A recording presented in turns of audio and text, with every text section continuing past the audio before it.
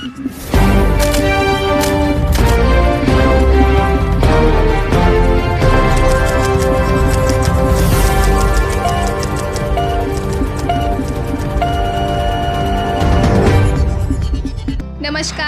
आप देख रहे हैं धौलपुर जिले का आपका अपना चैनल चंबल न्यूज।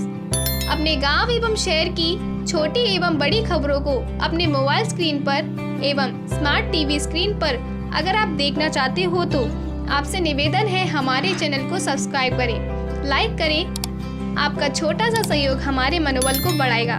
धन्यवाद। अब बढ़ते हैं खबरों की ओर। श्री अचलेश्वर महादेव मंदिर पर श्रीमद् भागवत कथा का 7वां दिन।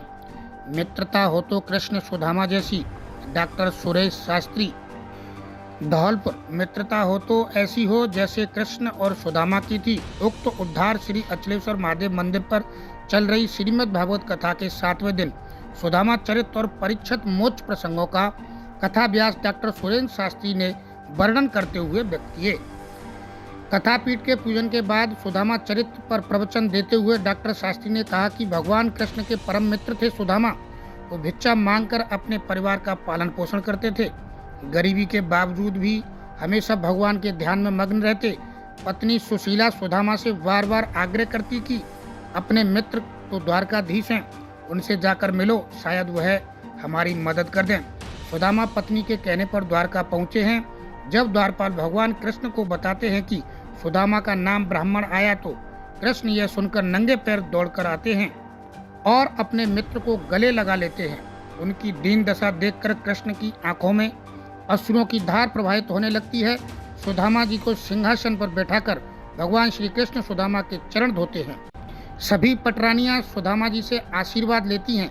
सुदामा विदा लेकर अपने स्थान लौटते हैं तो भगवान कृष्ण की कृपा से अपने यहाँ महल बना जा पाते हैं, लेकिन सुदामा जी अपनी फूस की बनी कुटिया में रहकर ही भगवान का सुमिरन करते हैं।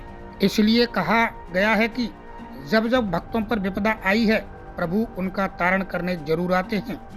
इस दौरान नितेंद्र, संगीत शर्मा, रिंकू, दरोगा गौड़, वीरेश चंडोतिया आदि ने कथा व्यास के साथ कृष्ण सुदामा मित्रता पर भजन गाकर श्रोताओं को भाव विभोर कर दिया। अगले प्रसंग में सुखदेव जी ने राजा परीक्षित को 7 दिन तक श्रीमद् भागवत कथा सुनाई, जिससे उनके मन से मृत्यु का भय निकल गया। तक्षक नाग आता है और राजा परीक्षित को डस लेता है। राजा परीक्षित कथा श्रवण करने के कारण भगवान के परम धाम को पहुँचते हैं। रविवार को हवन, कलश विसर्जन एवं भंडारे के साथ कथा संपन्न हो जाएगी। केवल गुरु दक्षिणा के लिए बन रहा है, वो गुरु हमारा उद्धार नहीं करेगा। गुरु केवल ज्ञान के लिए बना है, गुरु सदगति के लिए बनाया है। हम गुरु उसी को। डीएसटी टीम की सूचना पर पुलिस थाना नादनपुर द्वारा भारी मात्रा में विस्फोटक सामग्री से भरी पिकअप गाड़ी को पकड़ा। पुलिस मुख्यालय एवं जिला पुलिस अधीक्षक धौलपुर द्वारा चलाए जा रहे अवैध गतिविधियों के खिलाफ विशेष अभियान के तहत डीएसटी टीम की सूचना पर पुलिस थाना नादनपुर ने अवैध विस्फोटक सामग्री के विरुद्ध बड़ी कार्रवाई करते हुए नाकाबंदी के दौरान एक पिकअप गाड़ी से भारी मात्रा में विस्फोटक सामग्री को बरामद किया है। वहीं दूसरी कार्रवाई में एक प्लेटिना मोटरसाइकिल से भी भारी मात्रा में विस्फोटक सामग्री को बरामद किया है। वहीं धौलपुर पुलिस का कहना है कि अवैध गतिविधियों के खिलाफ लगातार अभियान जारी रहेगा।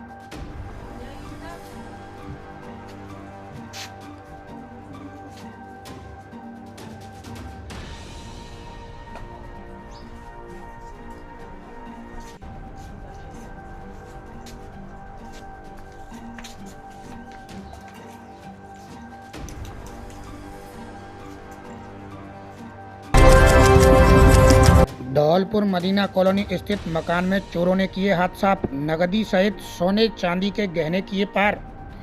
धौलपुर जिले की कोतवाली थाना क्षेत्र के मदीना कॉलोनी में चोरों ने एक मकान को निशाना बनाते हुए 4000 रुपये की नकदी के साथ सोने और चांदी के गहने को पार कर दिया। घटना की सूचना मिलते ही कोतवाली थाना पुलिस ने मौके पर पहुंचकर चोरी की घटना को लेकर जानकारी ली है। पीड़ित मकान मालिक हमीद खान पुत्र गुलशेर खान ने बताया कि वह भगवान की पोशाक बनाने का काम करता है। रात को काम करने के बाद वह कमरे का ताला लगाकर परिवार के साथ हॉल में सोने के लिए चला गया। आधी रात को छत के रास्ते से घर में घुसे चोरों ने उसके हॉल के बाहर से कुंडी लगा दी, जिसके बाद चोरों ने कमरे का ताला तोड़कर चोरी की वारदात को अंजाम दिया। सुबह के पैर परिवार की चोरी की वारदात का पता चला।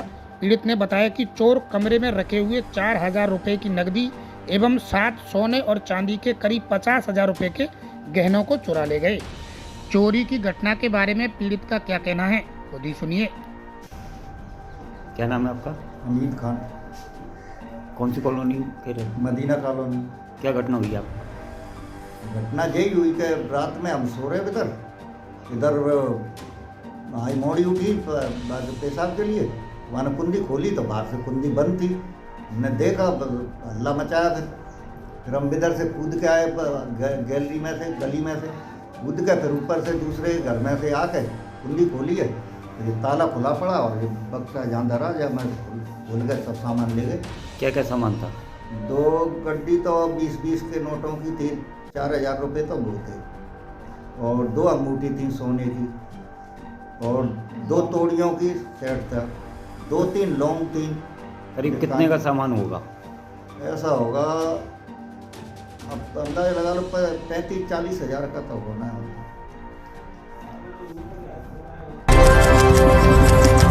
धौलपुर 45 वर्षीय अधेड़ ने फांसी लगाकर की जीवन लीला समाप्त। धौलपुर शुक्रवार देर शाम निहालगंज थाना क्षेत्र के दशहरा रोड पर एक 45 वर्षीय अधेड़ ने फांसी लगाकर आत्महत्या कर ली, जिसके शव को पुलिस ने जिला अस्पताल की मोर्चरी में रखवा दिया।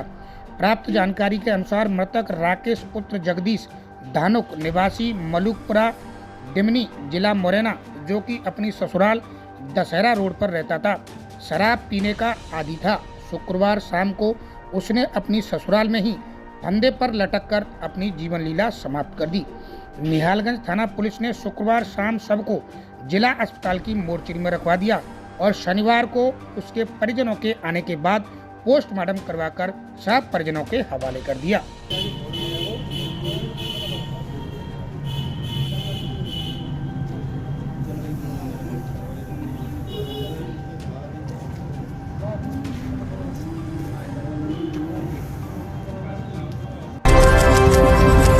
वरिष्ठ अधिवक्ता पर जानलेवा हमला, वकीलों एवं व्यापारियों ने रैली निकाल उपखंड अधिकारी को सौंपा ज्ञापन। धौलपुर जिले के वाड़ी उपखंड में बहुत ही आपत्तिजनक घटना घटित हुई है, जिसमें वरिष्ठ अधिवक्ता रामनिवास मित्तल गंभीर रूप से घायल हुए हैं।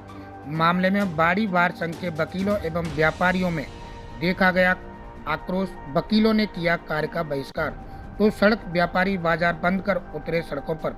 मुख्य बाजार से जुलूस निकालकर वकील एकता जिंदाबाद एवं व्यापारी एकता जिंदाबाद पुलिस प्रशासन और प्रशासन के खिलाफ नारेबाजी करते हुए 24 घंटे व्यतीत होने पर पुलिस ने नहीं किया अभी तक हमलावरों को गिरफ्तार। व्यापार संघ ने बाजार बंद कर वकीलों का दिया साथ। अधिवक्ताओं और व्यापारियों का आरोप, बाड़ी में लचर कानून व्यवस्था के चलते बदमाशों के हौसले बुलंद हैं। 2 दिन पहले शाम 5 बजे अज्ञात हमलावरों ने रामनिवास मित्तल पर सरिया और लाठी डंडों से हमला बोला था, जिसके चलते अधिवक्ता रामनिवास मित्तल को गंभीर चोटों के साथ कई फ्रैक्चर भी हुए थे।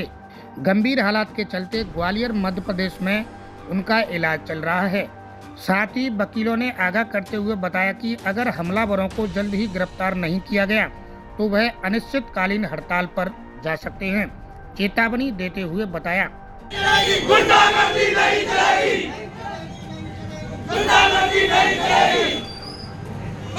अगर उसमें देरी हो रही है, कल हमारे चेयरमैन साहब से बात हो गई है बार काउंसिल राजस्थान से, उन्होंने सोमवार से स्ट्राइक पे जाने का निर्णय लिया है और कल से हमारे धौलपुर ज़िले के जितने भी बार हैं सभी स्ट्राइक पे हैं और धौलपुर में भी आक्रोश रैली का आयोजन चल रहा है। सभी ने वर्क सस्पेंड कर रखा है और हमारी ये लड़ाई जब तक जारी रहेगी जब तक मुलजिम अरेस्ट होकर के गिरफ्तार होकर के नहीं आ जाते हैं, अनिश्चितकालीन अपन हड़ताल पर रहेंगे। इसके लिए हमें कुछ भी करना पड़े, चाहे हमें। ये सुनने में आया है कि कोई साधारण मुकदमा हो रहा था 323, 341। हमारी मांग थी कि जो अधिवक्ता भाई के गंभीर चोटें आई हैं, उनके 5 से 6 फ्रैक्चर आए हैं, तो ये 307 का मामला बनता है। वो कह रहे थे कि 307 का मामला नहीं है, तो उसके लिए हमें कम से कम 3 घंटे तक वहाँ इंतज़ार करना पड़ा था। हमने कई बार बुलाया लेकिन नहीं आए, और इसी फिर उन्होंने अंत में जाकर के जब हमारे वकील अधिवक्ता